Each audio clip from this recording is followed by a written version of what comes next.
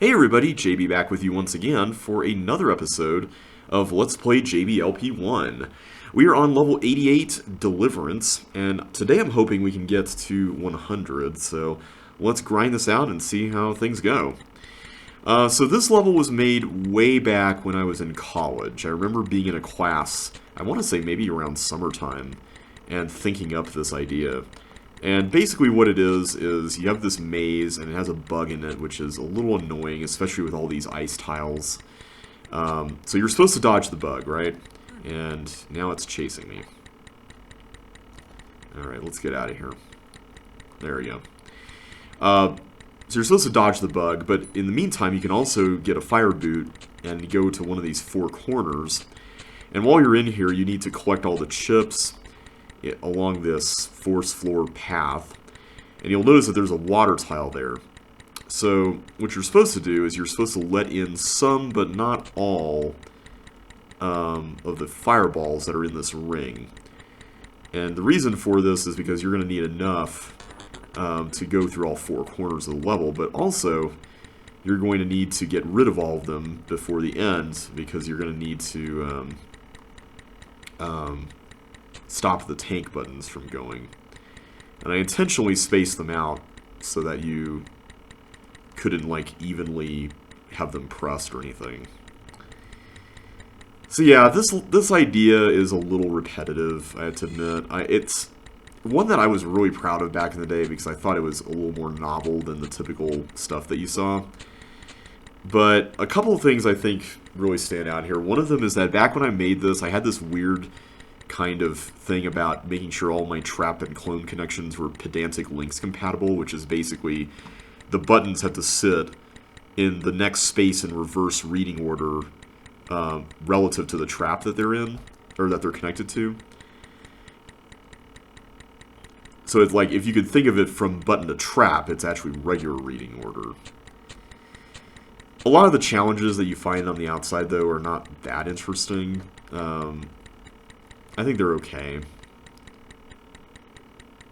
Okay, we'll do another 4. Ooh, we got some space here now.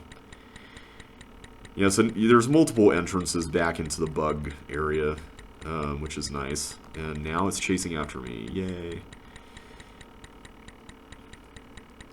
Yeah, this is one of those levels that nowadays I'm not so fond of. I don't think I submitted this for CCLP5. I'm pretty sure I didn't.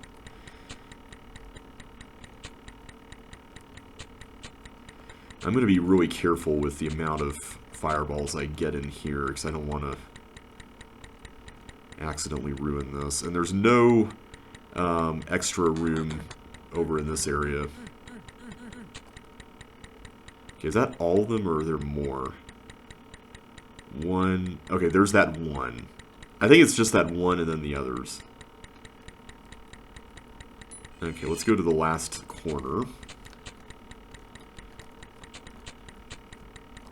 And now I just need to get whatever's here. Ooh, we got one of these kinds of puzzles. Let's go. We got a little block and roll kind of action here. Oh, we can just do this. Okay, that's easy. I thought you had to like get a block from back here. Like, that would be something I would do now if I were designing the level today.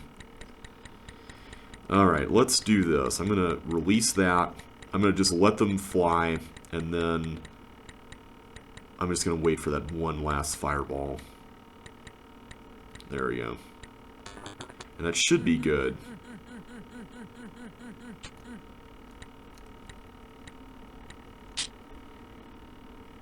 Oh. Gotta make sure that I can actually walk through this. That might help. Alright, that's Deliverance. Not my favorite level these days, but it's still a fun one to play every now and then. Alright, cut to the chase. So this level was definitely one that I added after the 100 level version. And it had some inspiration from at least one level in Chuck's Challenge, particularly one area at the top, and I forget the name of this thing. But there's a section where you go run across this area with a bunch of toggle walls that spell the word go, and there's teeth chasing you. You can see it right there. This level, I definitely feel how derivative it is nowadays. I think when I made this, I was thinking that I wanted, a chase race level in the set. But the one other thing that I do like about it... oh, hi. Well, I wasn't expecting that to happen. I don't think I've ever had that happen. Alright, well, let's... Oh. There we go. Go with 4 exclamation points. So the other thing about this level that's really fun is this outer area. I don't know why, but for some reason I've always had this weird thing about like levels that are not on an island, but they've got water outside them, and you're basically supposed to like do this outer area with its own aesthetic next. Oh no, the bridge to the exit has burned down. Can you find another way out? So yeah, this section here is like, this is meant to look like a bridge, but there's fire here. I thought it'd be kind of fun to create this story about how you have to find this alternate way to the exit, and I think, if I'm not mistaken, is it down through there? Because you got 4 blocks all in all, so I think all you have to do is just bridge down here. The one unfortunate thing, is that you can't actually see that, but that long path is supposed to be a clue. So yeah, not exactly the most, exciting thing, but I do like how the ending is kind of subverted a bit. This was a bit of a stepping stone, I think, to where I eventually went as a designer, which is, hey, present something to the player, but then subvert it, in a way that they can understand. I feel like it took me a little while to get to the point where I was able to do that in a way that didn't feel mean. And I think this is a good example of that, despite the level kind of being otherwise eh. Alright, linear progression. So this level was on my mind, and I'm going to die there because I don't want to accidentally release the teeth. So this level was another one that I added in after the 100 level version, and basically all I wanted to do here was make a level that had a bunch of lines. And this is yet another one of those things that I feel like was yet another step toward where I would eventually land as a designer, which is, I like making things that have you could say, a design restriction on them. So in this case, like, everything in this central puzzle area is made up of a line. So you can see there are blue wall lines, there are block lines, there are bomb lines, so on and so forth. I think my only issue with this nowadays is this feels very, like, tedious in some ways. So eventually, what you have to figure out here is that you have to get the teeth to go up there to that bomb, which is not a part of a line. It's one of the few things here that isn't. So yeah, I think if this level were maybe sized down a bit, it may not be so bad. So let's go ahead and start building the path. Because ultimately, what this comes down to is getting the bright bombs blown up and stuff. So I'm going to just... Oh, I forgot that was the edge. Okay, well, never mind. Let's get some of these destroyed. Yeah, so some of the walls are fake and some are real, which can be a little bit of a trip-up if you're not careful.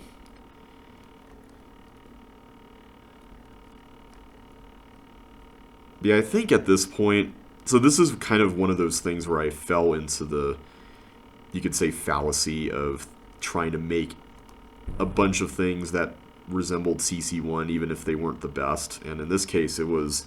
hang on. Oh, excuse me. In this case, it was like, hey, what if we made like another long block pushing level?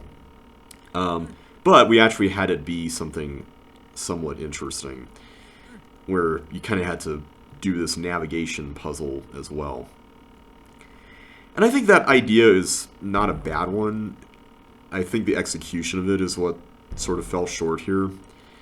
This is a little too long. It has a few blind slides like that one over here, which, yes, technically you can see this if you look over here, but I don't think that's necessary. That's one of those things that I'm slowly realizing as a designer is I'm trying to weigh out, like, what exactly is considered necessary when it comes to tricks and mean things in a level, and when do they add to the experience?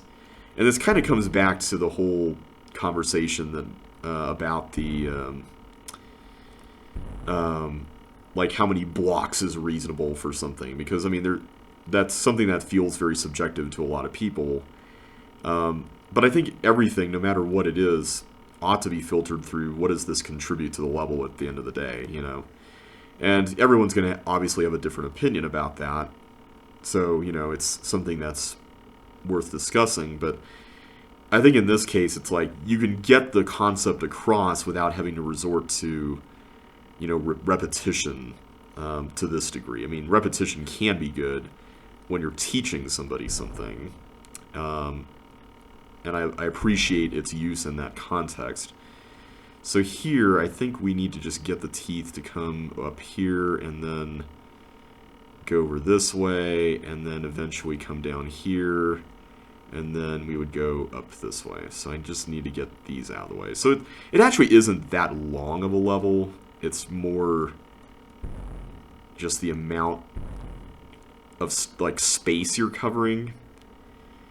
And of course, like the fear that you might accidentally lead the teeth into one of the bombs, which is certainly an understandable concern. So I think the big one here is I need to get a thing up there, because I don't want to get the teeth up there and then have it die. Thankfully, you've got more than enough blocks. That's the nice thing about this. So yeah, there we go. So over here, this is pretty clear, and then down here is good. This I might want to clean up. Let's do these ones. Okay. So let's just run through the course just to be on the safe side. Actually, let's clean these up too. I think that would be good. I don't know why I pushed that one there. Alright, so go up here. Yeah, so thankfully there's not a whole lot of danger in this zone over here. This might get a little dicey, so let's put one there. And then we'll put this one over here. Okay. I think we're fine. I think we're fine.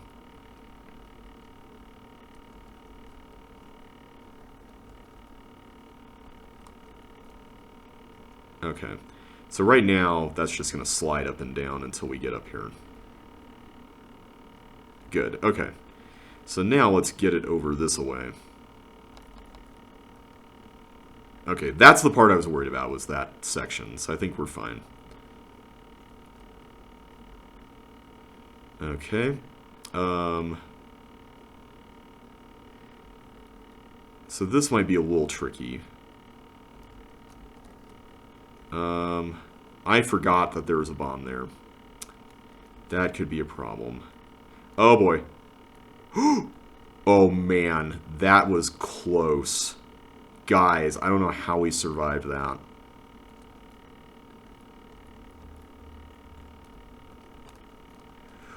Whew!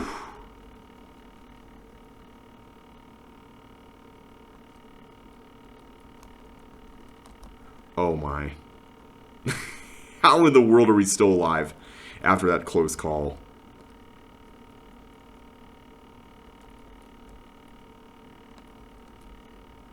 Okay. So now we just need to go over here. Yeah, this last part isn't so bad. Yes! Okay. And then you just go out here and I think there's an exit in every corner. Let me take a look. I can't believe we survived that one slide bit there.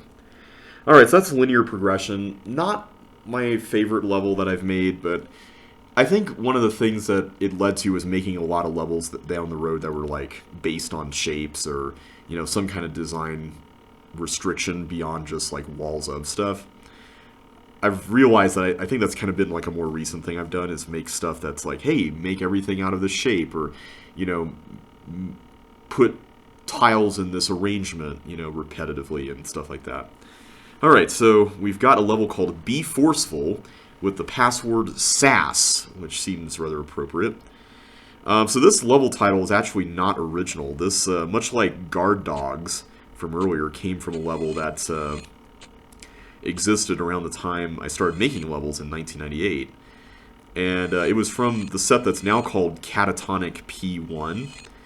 And that level had more of like a force floor, not maze, but like a challenge where you basically had to override a bunch of force floors. I feel like there should be a name for that, and I'm forgetting it.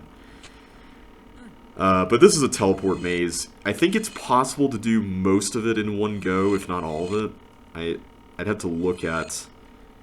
You know, this would be a fun one to run the Super CC TSP solver through, because I haven't optimized this one yet. I need to, like, re-optimize some of the levels in this set that have since gotten bold times broken. Okay, there we go. Here we are. That was the one I wanted. Okay, so I think I've gotten everything on this axis. So let's go out further and take a look at what else we have.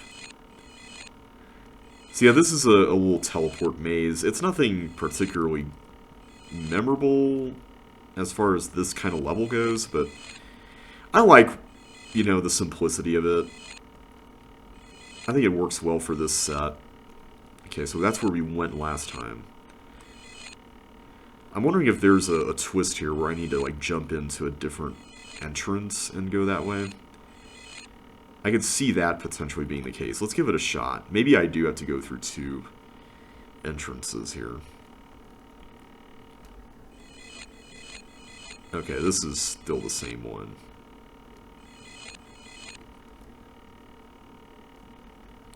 Am I the only one who doesn't really like the teleport sound in Tile World? It feels kind of weird to me. Oh, here we go. Ah, okay. Okay, this is what I wanted.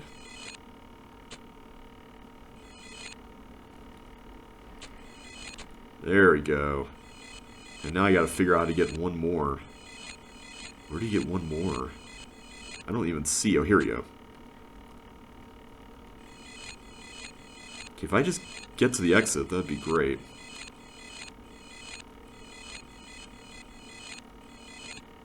I feel like if I went the opposite way, it would be fine. This is still the same axis. Alright, let's go find a different entrance. I do like the whole going outside and then coming back in thing. I don't know why, but that's really fun to me. Alright, so that's B Forceful, and we were. Alright, Unlock Block. Alright, so this is, I want to say, the first real Walls of level that I made, although it wasn't really, like, based on the existing level, it was just based on a wall pattern that I was given, because this was for a create competition. And it was basically just, I think the premise was just fill this up with whatever and make a level out of it. So I made kind of a get rid of your keys level here. And it's actually pretty open-ended. So what you're supposed to do is you're supposed to realize, oh, I need the green key, but in order to get the green key, I need to go through all those other keys and then get rid of them to go across that nail thing there. So, let's figure out how to do this. I remember this was not that hard. I think the first thing is that we need to get the fireball into a bomb. I'm trying to remember if it's that one down there. I think it is. So let me put the block up here. Oh, whoops. There we go. So the nice thing about this is that you can fairly easily retrieve this, and I say that right as... Yeah. I was about to say, I think I may have screwed this, but now that I'm seeing it, I don't know if I did or not. Oh yeah, I need to get this up here. That's the trick. So yeah, eventually this block is going to end up in that bomb there. But in the meantime, it's going to help us get rid of all the other things blocking the way to the doors. Like that tank. And then down here, I think all we need to do is just... Oh, we don't have a toggle wall closing thing. How do you do this part? I need to go down. Did I accidentally get rid of, like, a thing that would have been helpful there? I might have. Oof. So it's not entirely non-linear. Let me, restart. Yeah, there's a chip there. Dang it, I forgot all about that.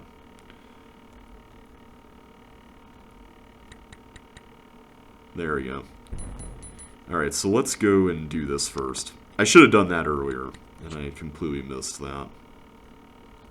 So yeah, this yellow door is probably the easiest thing in the whole level.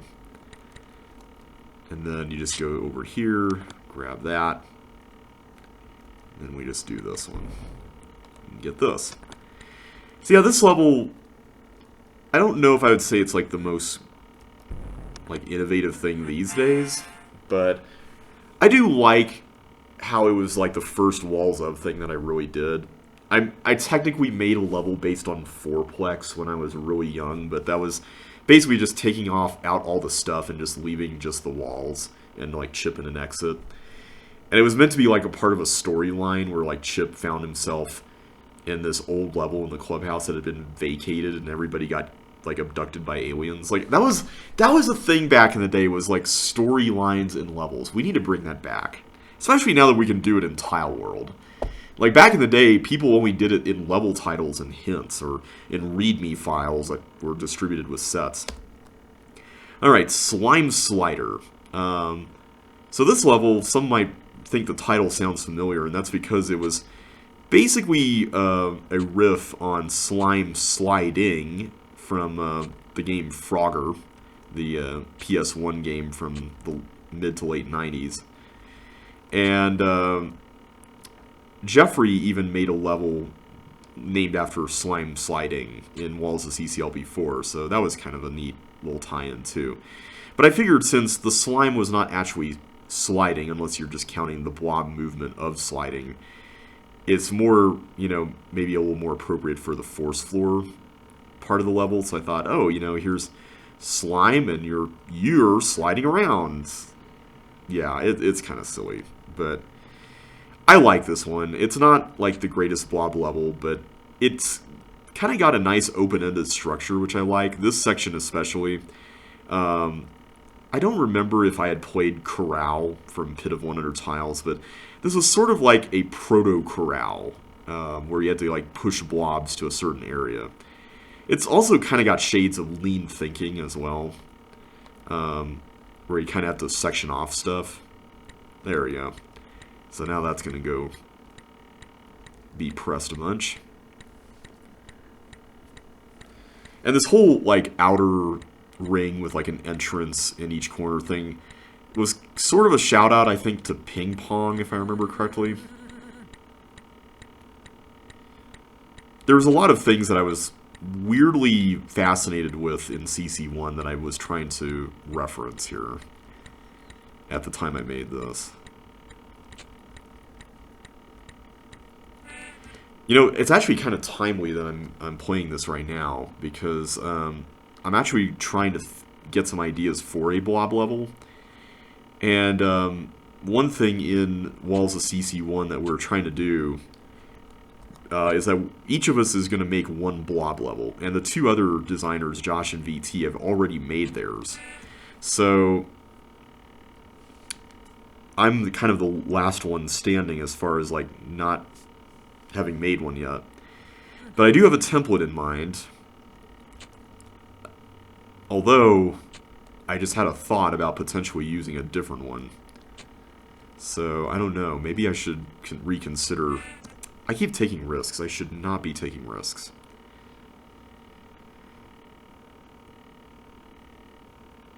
Yeah, now that I'm thinking about it, maybe this other template might be a better choice for my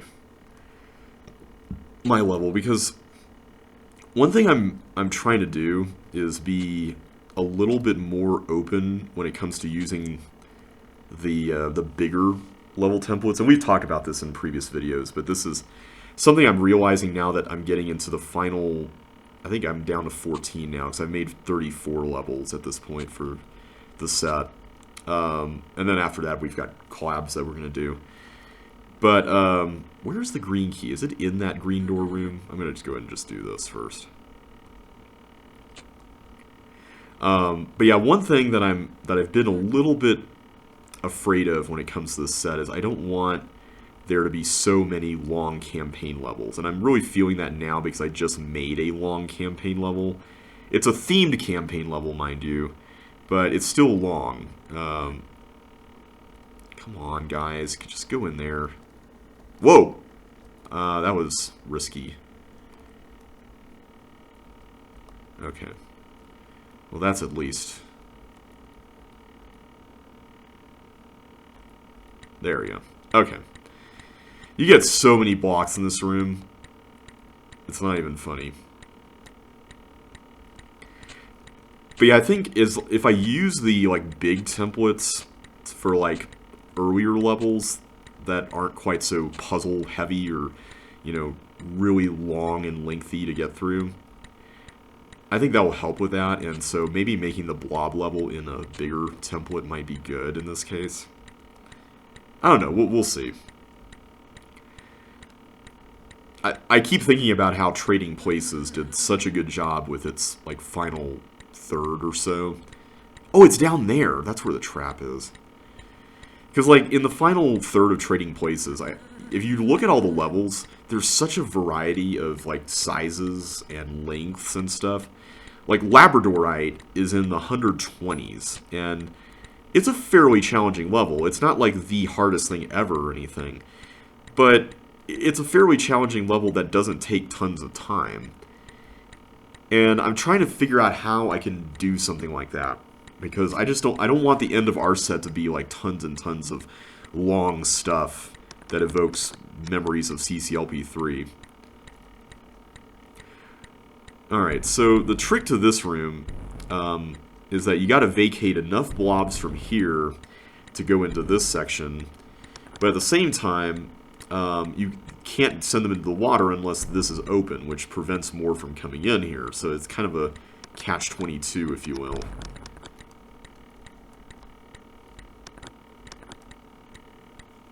Alright, let's just... I should have done this earlier. Although I guess I didn't have the green key earlier, did I? There we go. Okay, so that's now done. So now I'm a little more comfortable with letting more into the room. Yeah, I think if I were to remake this today, I would offer more opportunities for drowning here. That sounds really weird. More opportunities for drowning. Watch that be a level title.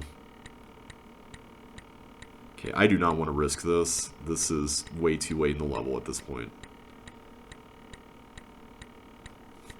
Come on, blobs, just... I'm afraid to, like, try going for one of them unless they're, like, all... like there, where they're all at the top.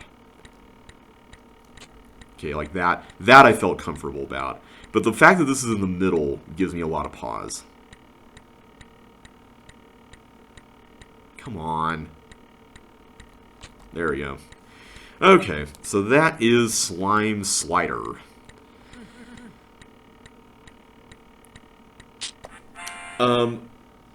Definitely got me more in the mood to make this blob level, so I'm glad we played it in this video. Jewel Heist. Okay, so this is the level I added after the 100 level version.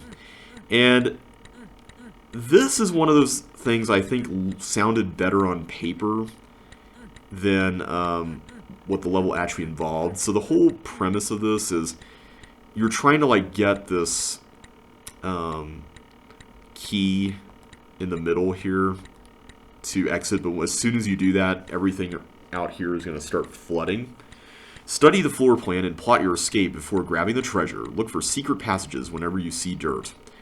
So yeah, this involves like a maze that's like made out of these blue walls, but also these invisible walls, which then lead you to another area, which I think is kind of fun. It's definitely... oh, here's another one. It's definitely a fun idea, but I do think that this is one of those cases where like the size of it really makes it less enjoyable. So you're supposed to figure out that you need a pair of suction boots and also a red key. And the red key is the titular jewel in this case. Now, I don't know if... Okay, I'm just going to try something here. I don't remember this here, but I think what you're supposed to do is you're supposed to get the suction boots first, then reverse the tanks, and then start the heist part where... Oh wait, there's a toggle button I need to press first. Okay, let me find that. Where is the toggle button? Oh yeah, the toggle button closes that off. So that's where the secret passages come into play, I think. And there's also this open area here. Okay, so I think what you're supposed to figure out is that you have to go for the jewel area here first prior to that. So you got a little bit of time before this closes. So this is kind of meant to resemble like a cage in like a museum that would come down if you tried stealing a jewel or something like that. I don't know. It's really silly. And I just pushed that into a corner when I probably wasn't supposed to. This level is probably not going to be solved on this attempt, is it? Alright, let's go ahead and do this. Run, run, run, run, run, run, run. So yeah, the chaos of this level might be a bit much for some people. Especially with all these walkers here. And I'm not sure, is there a way to block that off? I think there might be. Maybe that's what this block is for, now that I'm thinking about it. I don't remember this level too much. I kind of made it more for like the story element of this, like trying to plan and then go through this heist thing, but I can't carry the block through the little turnstile there. Unless I'm... No, because I can't really... Hang on a sec. I don't want to reverse the tank, because then that means I'm going to block off my path over here to the suction boots, so that's not going to work out. Yeah, there's no way to get in there other than through that little door. I don't really know where else to turn here. Just make sure we open up this passage. Although, wait, this is going to be closed, so we're going to have to come in through... Oh. Okay, that I did not know about. That's pretty cool. And I think this is the only block in the whole level, so I need to figure out what to do with this. Okay, let's just look around.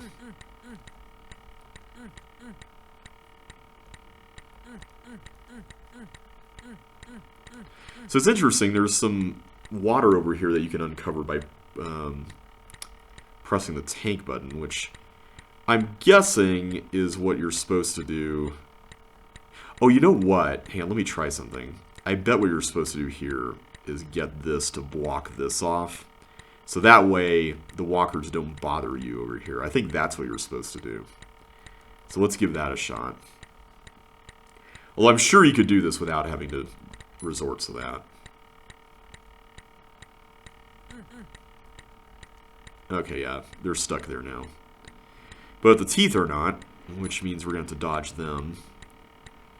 I wonder if that could have been avoided. Okay, let's just get them lured in here.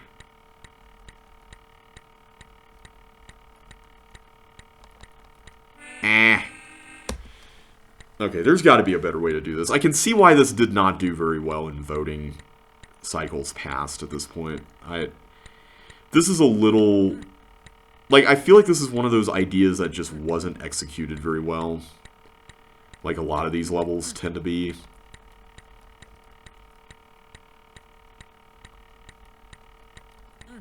Oh, whoops.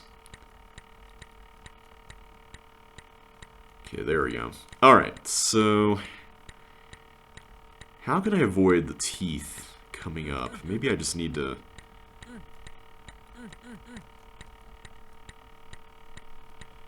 be more careful here.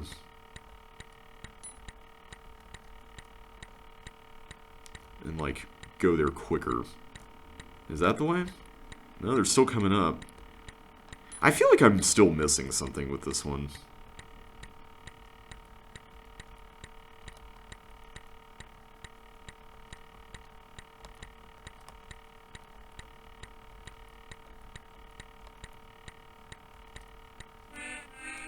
Okay, I am not a fan of this. This whole deal here is just not cool.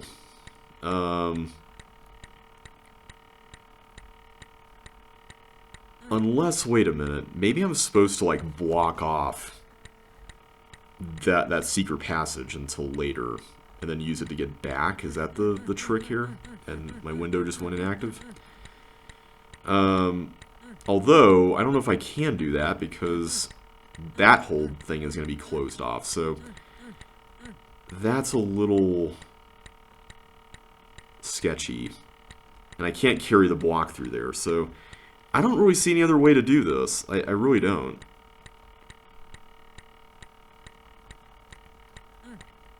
At this point, I'm wondering if maybe dealing with the walkers is a better idea, but that doesn't sound like a good plan to walk forward with, no pun intended.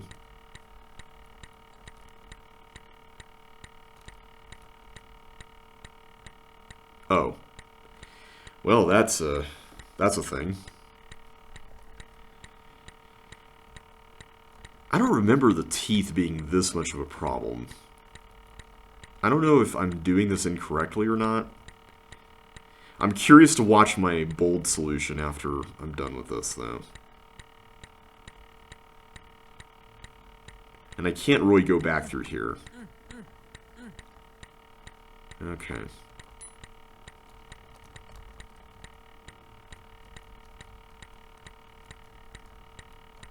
Maybe I should just try blasting through the walker area. Maybe that's the key to all this.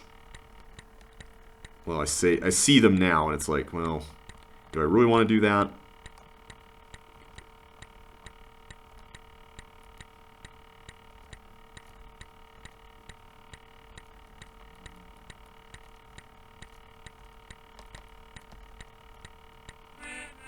I don't like those teeth. Alright, just for the sake of time, I'm going to watch my solution. I don't remember how I did this.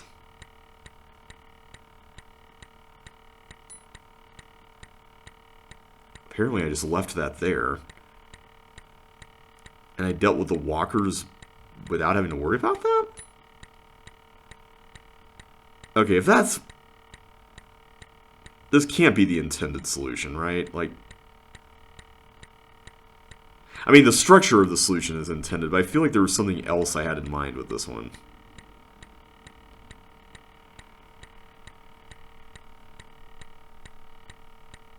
Yeah, I'm kind of glad that we watched this instead. I'm not the biggest fan of the chaos of this. This is...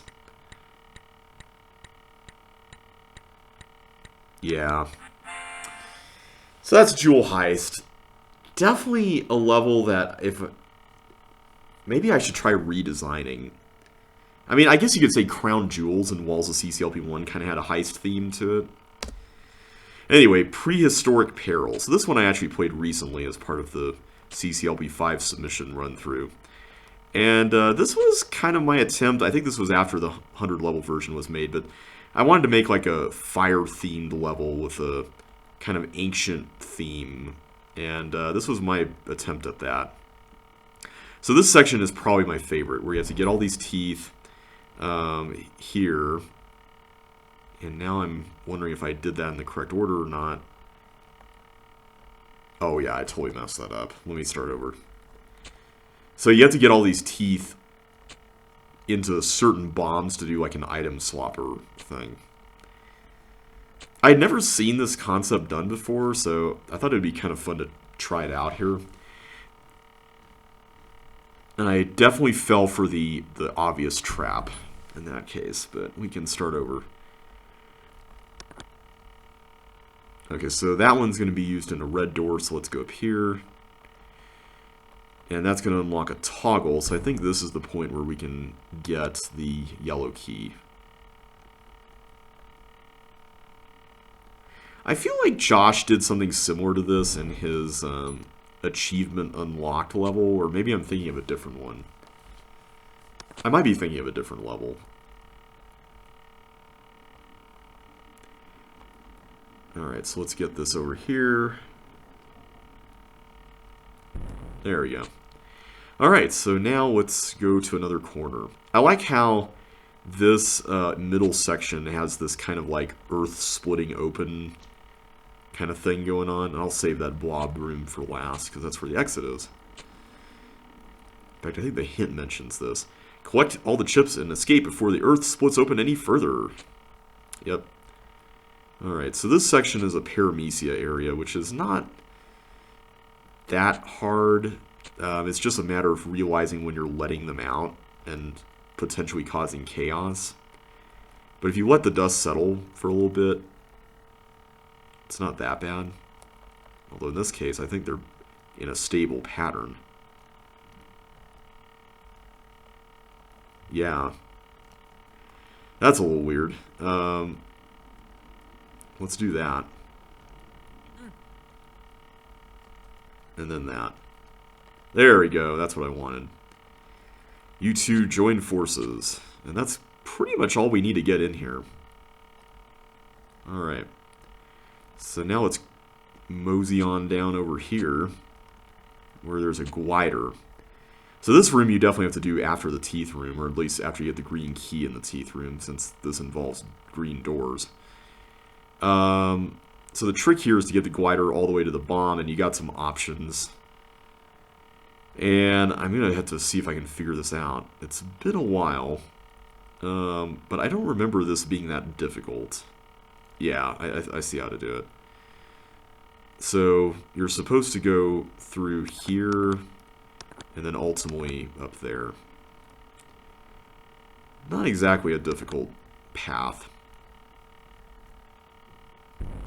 I think this was kind of an attempt at making an easier take on Vulcan in CCLP3. Nope, more blobs to dodge. I think I've kind of worn out the whole dirt path opening thing with blobs, because that was something I was definitely obsessed with.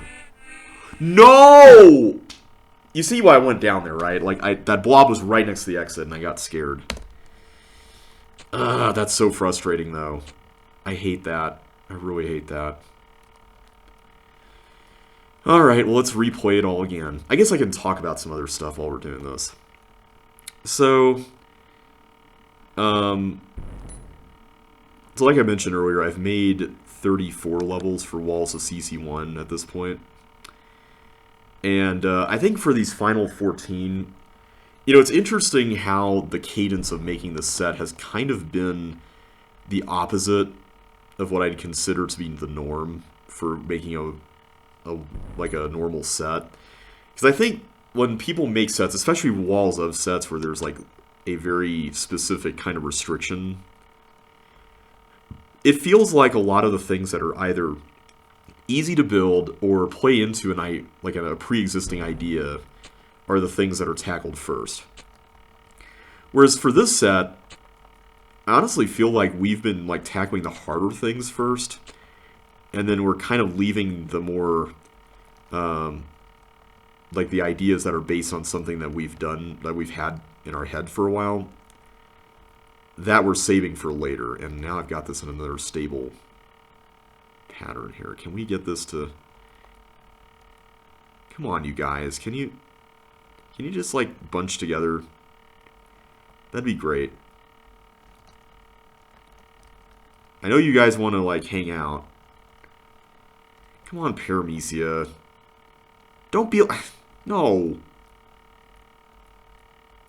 Alright, you know what? Let's just go through here.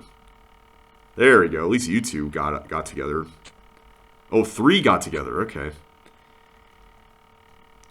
Alright. Do this. I think there's a lot of chips in the middle that we still have not picked up yet. So yeah, I feel like right now I'm finally getting to all the ideas that I was kind of dreaming about since I started.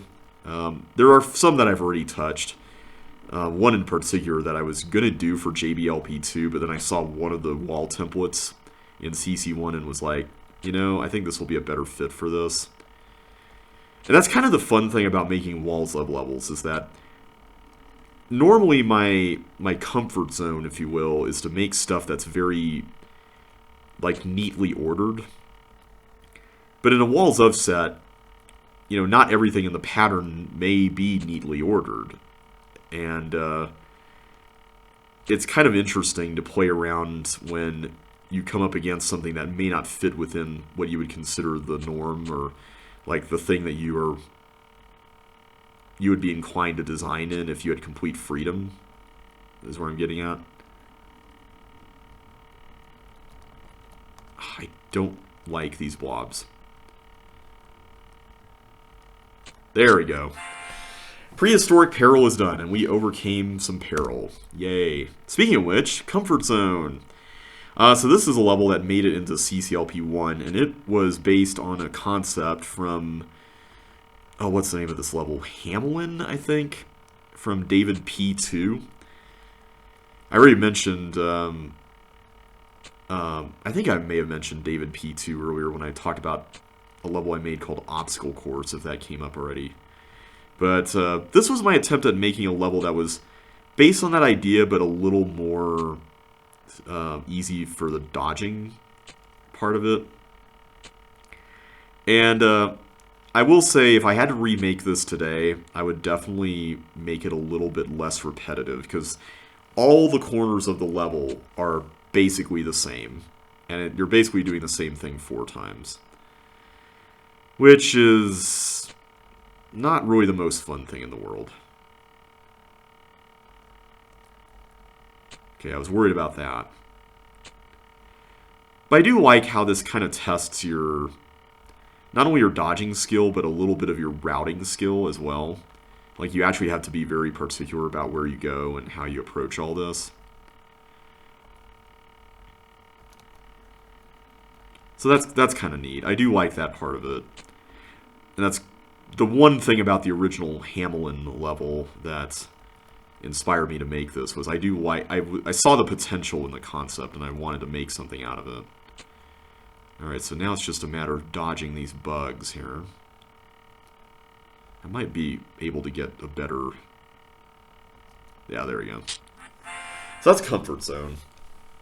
Still like it. It's not a level that I would design this way today. I would probably make it less symmetrical. But I do like it for what it is. Ooh, Spookoban. So this is a level that I've actually remade since creating this version of it. And the new version has bugs. And I think paramecia in the second room instead of teeth. But the title is meant to be a play on spooks from the original CC. And you're supposed to avoid freeing any of the teeth monsters. But you could free the teeth monsters, which can lead to some optimization shenaniganry here. So this was my first attempt at making like an original Sokoban, and I have to say, this is pretty loose as far as Sokobans go. It's not anything particularly clever, and I think the big drawback to it is that a lot of the moves that you're making could theoretically be condensed down into something a lot more like streamlined. But because the concept involves these dodging interactions here, it's kind of hard to do that. So yeah, this one just involves pure dirt. So no blue walls here. But it does involve something really cool. And this is the main reason why I had changed the level to bugs and paramecia, is because I wanted to enforce this in my CCLP5 submission version of this. You have to partial post in order to get these blocks through, and or get yourself through to the other side. And I think that's kind of neat. I do like that idea. So yeah, so you just need 3 blocks, and that happens to be the exact amount left, which is cool.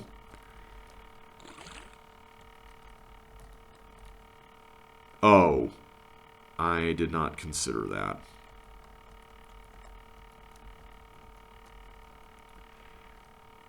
Well, this is problematic. Oh, I can... Oh, I forgot there's a dirt tile there. Okay. Perfect.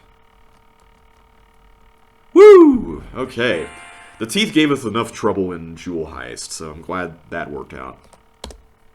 Alright, Graveyard Shift. Avoid the ghosts outside as you search the graveyard for chips. Return here to the mausoleum when you're done. So yeah, this was another one of my attempts at making like a level with a sort of location-based aesthetic at the time. And in this case, this was meant to be a mausoleum at a cemetery, and then all of these things are like graves. And there's invisible walls in each one because I figured that fit in with the ghostly theme. The other thing is that a lot of people called gliders ghosts, and I never understood why that was. I mean, I guess the MSCC gliders look like they could be ghosts with like a sheet-like look, I guess. Like it's really odd. But I've changed this in my CCLP5 submissions to use permanently invisible walls because I think it makes the level a little more interesting.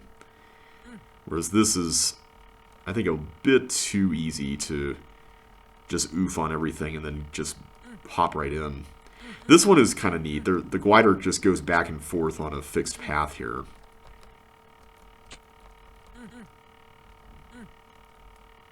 And then you have to get that middle chip by jumping into the stream with it. So that's kind of cool. I like that. I was kind of sad that this level did not get into CCLP1. I like the concept, and I feel like this would have been an interesting use of invisible walls in that set. But I feel like a lot of people saw the idea and thought that people would be scared off by invisible walls and monster dodging. So it got ultimately voted down. I still think it's fun. But I'm biased, so what can I say? Alright. Here we go round. Ooh. So this was another level that I added in later. And this one uses a little mechanism here that you can see here at the start based on a tiler level. And you're supposed to keep those tank buttons going, basically, which means keeping these toggle buttons going. And in order to do that, you got to use these blocks over here and avoid the monsters here so that you can effectively get the chips without dying and stuff. And I think you can just kill these monsters off by removing those dirt tiles, so I'm going to do that right now. So you're trying to avoid the tanks hitting those clone buttons is ultimately what this is about. But this is actually really simple. There have been a lot of levels like this that have come out since this came out. In fact, yeah, you can just go right through there, which makes this really easy.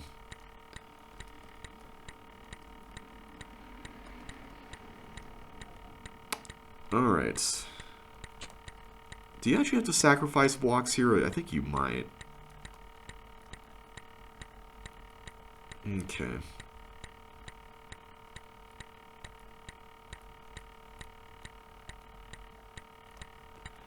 Let's do this one. There we go.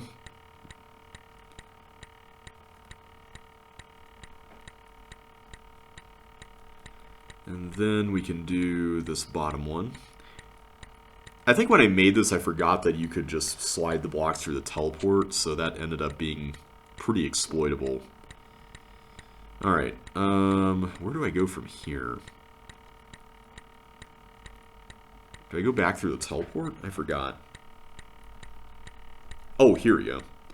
Don't press any buttons. Yep. I'll get both of those. And now let's get all the keys. I think I know what level 100 is, but we'll see when we get there.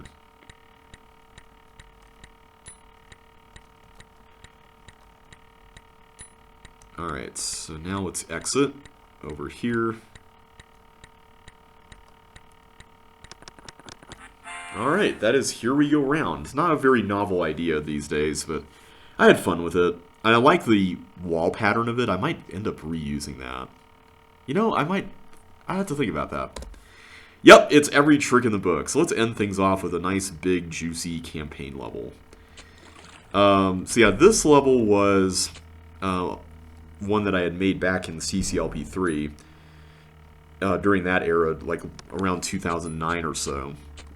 And it was originally released with the title Take a Walk, which is a reference to a jetpack level, which has nothing to do at all with the contents of this one.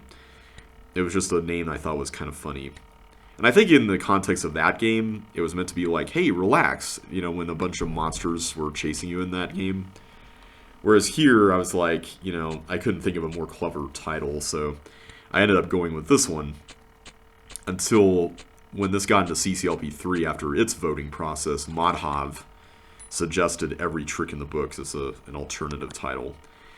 The level itself was very inspired by the Daniel Bowmeister sorts of nuts and bolts level from his set called Lesson 9, A Challenge, which was basically kind of a review level with all the concepts from that set. Except mine was a little harder, and it was featured in the... there was like a separate voting that was done in CCLP3 for a potential level 1, which was won by a Tyler's level entrance examination. And deservedly so, I think. But this level was in there, and I don't think it did very well just because it was a lot more difficult than most of the other entries. But it did get into the set anyway, and it ended up at level 42, I believe. It also has a bowl time that I thought was pretty difficult to find, but it was pretty satisfying, and I really enjoyed what it ultimately involved. So this section is kind of meant to be a shout out to Castle Moat, and you're supposed to figure out here that this block has skates under it.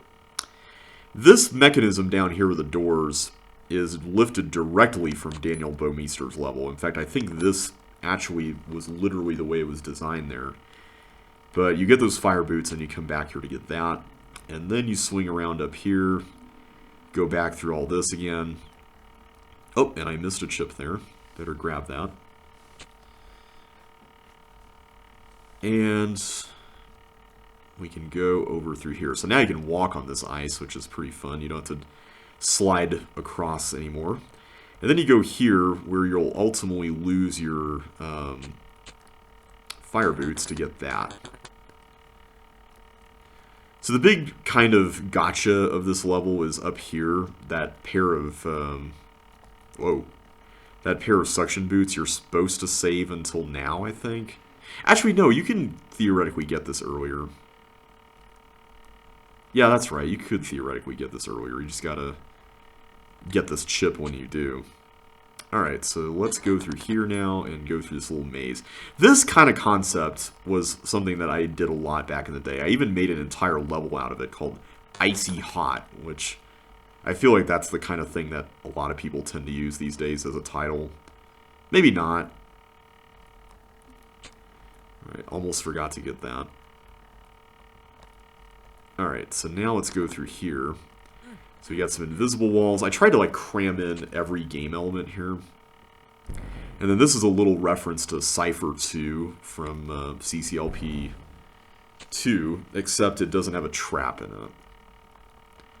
Alright, and then there's a little partial posting section, which is pretty easy. You could actually, one thing you could do here, is you could put a block here, and then push this here, and then go across it, but I don't think that that's actually faster. But it is kind of funny that you can block that teleport up the other way around. Oh boy. Yeah, the fact that you have to go in for those skates with the blob potentially trapping you in there is kind of a little scary, and I probably wouldn't do that if I made the level today. Alright, that is every trick in the book, and we have made it to level 100 and completed it. Yay! Next time, we enter the final third of the set, everybody. So I hope you're looking forward to that. But until then, thank you all so much for watching, and I will catch you next time. So take care, and see you in the next video.